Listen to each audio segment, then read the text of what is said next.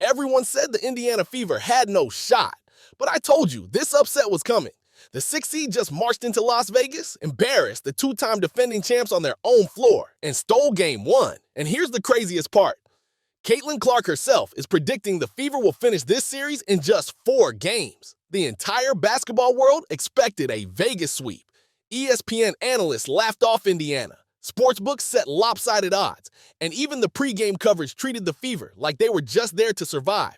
But instead of rolling over, this shorthanded squad flipped the entire narrative on its head, storming into the semifinals with confidence and snatching a dominant 89-73 victory. On the same night, Ja Wilson was crowned MVP. The Indiana Fever weren't just underdogs. They were called lucky to even be standing on that floor. 6 players sidelined, including Caitlin Clark, Sophie Cunningham, Sydney Colson, Chloe Bibby, Ari McDonald, and Damiris Dantas. A roster that looked more like a hospital squad than a playoff contender. But head coach Stephanie White didn't let injuries become an excuse. She molded a 9-woman rotation into a fearless unit. Players who had barely touched the court during the regular season suddenly playing like seasoned veterans. Every possession screamed one message: we refuse to be overlooked. Now picture the scene in Las Vegas before tip-off. Championship banners hanging high, the crowd buzzing for another Aces celebration. And at center court, Ja Wilson crowned MVP in front of her home fans. The spotlight was supposed to shine entirely on Vegas.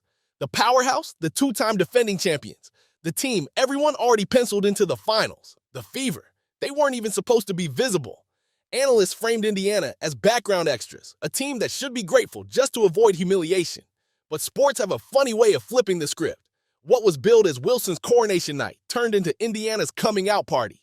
The Fever walked into a hostile arena, surrounded by fans expecting a blowout, and instead snatched control from the very first quarter. Each basket, each defensive stop chipped away at the inevitable Aces narrative. By halftime, you could feel the shock setting in across the league. This wasn't a feel-good underdog story anymore. This was a team rewriting the entire playoff picture in real time. And then came the moment that truly cracked the game wide open. Kelsey Mitchell decided it would not be Ja Wilson's night. It would be hers. From the opening minutes, Mitchell played with a fire that you could see in her eyes, a refusal to let Indiana be treated like a footnote. She hit mid-range pull-ups with defenders draped on her, drilled deep threes the instant Vegas gave her a sliver of daylight, and they attacked the rim like the basket owed her something. Every possession, she looked untouchable. By the end of the night, Mitchell had poured in 34 points, not just efficient scoring, but historic dominance. No Fever player had topped 30 in a playoff game since 2012, and no player in WNBA history had ever exploded for that many in their very first semifinal appearance. Think about the pressure. Hostile Vegas crowd, MVP celebration for Wilson, analysts waiting to say, "I told you so." Instead, Mitchell carved her name into the record books and flipped the entire postseason conversation. What was supposed to be a night about Ja Wilson became the night the league remembered just how lethal Kelsey Mitchell can be. As Kelsey Mitchell torched the defending champions, everyone wanted to know, how would the face of the Fever, Caitlin Clark, respond from the sidelines? After all, she was sidelined with injury, forced to watch instead of lead. And yet, when the final buzzer sounded, Clark's reaction was simple but powerful. 2 words posted to social media. Kelsey, unreal. No long speech. No spotlight hogging commentary, just pure respect for her teammate who carried the franchise when it mattered most. And that's what made the moment even bigger. This wasn't just one player exploding for a big game. It was about unity, about the Fever's identity being more than just one superstar. Clark's acknowledgement showed the world that she trusted her squad, that the Fever were more than their injuries, more than the analysts' predictions, more than the odds stacked against them. It was a signal. This wasn't a one-player show. It was a team ready to shock the league together. And that quiet endorsement from Clark gave Mitchell's masterpiece even more weight. If Kelsey Mitchell was the flamethrower on offense, Aaliyah Boston was the anchor on defense. And her assignment could not have been tougher. Guard newly crowned MVP Ja Wilson on her home floor. Most players would have folded under that spotlight. Wilson is relentless. She thrives in the post, stretches the floor, and bullies defenders into submission. But Boston didn't come to survive. She came to disrupt. From the opening tip, she battled Wilson chest to chest, bumping her off her sweet spots, contesting every touch, forcing her into late clock shots. Wilson still finished with 16 points and 13 rebounds, but nothing came easy. Every bucket was a grind, every rebound a war. For once, Wilson looked human, And that's exactly what Boston wanted. She didn't just guard her. She rattled her rhythm, slowed the Aces' offense, and gave Indiana a chance to flip the game inside. When the stats came in, the story was staggering. Indiana outscored Vegas 50-38 in the paint, turning what was supposed to be their biggest weakness into their greatest strength. In that moment, Boston wasn't just defending Wilson. She was announcing to the league, I can stand toe-to-toe with the MVP, and I will not back down, Dot. While Boston was grinding it out in the paint, Lexie Hull took on one of the league's most underrated weapons, Jackie Young. If you know Young's game, you know she thrives on space, cutting through screens, shaking defenders with quick footwork, and punishing anyone who gives her a step. But Lexie Hull refused to give her that daylight. She shadowed Young like a second skin, fighting through every screen, refusing to bite on fakes, and contesting every jumper. By the second half, Young looked frustrated, her usual rhythm completely broken. And Hull wasn't just a defensive stopper. She became a spark on the other end, too. When the Fever needed a bucket to silence the Vegas crowd, she calmly drilled threes from the corner, shots that felt like daggers cutting into the Aces' momentum. Her performance was a reminder that playoff basketball isn't just about stars. It's about role players stepping into the fire and delivering when the spotlight is hottest.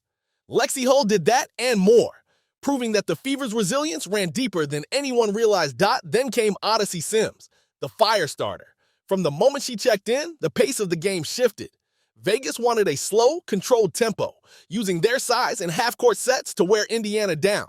Sims had other plans. She attacked defenders fearlessly, slicing through the lane, drawing contact, and forcing the Aces into foul trouble they weren't prepared for. Every drive felt like a jolt of electricity, putting Vegas on their heels instead of dictating the flow. And it wasn't just about scoring. Her aggression sped the game up, letting the Fever get back in transition defense, forcing Vegas to scramble instead of settle. Suddenly, the two-time champs, a team known for poise and control, looked rushed, frantic, and out of rhythm. Sims wasn't the leading scorer, but she was the engine of chaos, the guard who tilted the entire tempo of Game 1 in Indiana's favor. In a playoff atmosphere where every possession matters, that shift was priceless. Behind the highlight plays, there was a gritty backbone keeping Indiana steady.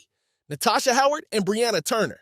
Howard was a force all night long, grinding out another double-double with her usual toughness. She boxed out relentlessly, cleared the glass against taller defenders, and gave the Fever second-chance opportunities that Vegas simply couldn't match. On defense, she used her strength to wall off the lane, making the paint a battlefield instead of a free pass for the Aces. And then there was Brianna Turner, the unsung hero. She didn't light up the box score, but her presence was impossible to ignore. She altered shots with her length, clogged driving lanes, and made every trip inside feel like running into a brick wall. Together, Howard and Turner flipped the script. Indiana, the team everyone said would get bullied inside, outscored Las Vegas 50-38 in the paint.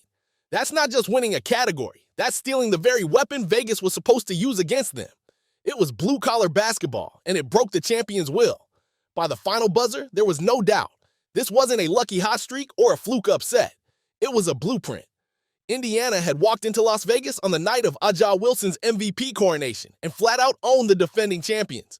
They defended with fire, attacked with fearlessness, and played with the urgency of a team that refused to be forgotten. For the first time in nearly a decade, the Fever had a semifinal win, and it sent shockwaves across the entire league. Now, the question isn't whether Indiana belongs. It's whether they can turn this one statement into a series win, maybe even a finals run. History says the Aces will come back swinging, but history also didn't believe the Fever could win this game. And if this team keeps playing with the same grit, belief, and heart, anything is possible. If you're fired up for the Fever, drop a fired up in the comments right now. Smash that like button, subscribe for more WNBA breakdowns, and hit the bell so you never miss a moment. And tell me this, do you believe Caitlin Clark's prediction that the Fever are going to win this series in just 4 games? Let's hear it in the comments.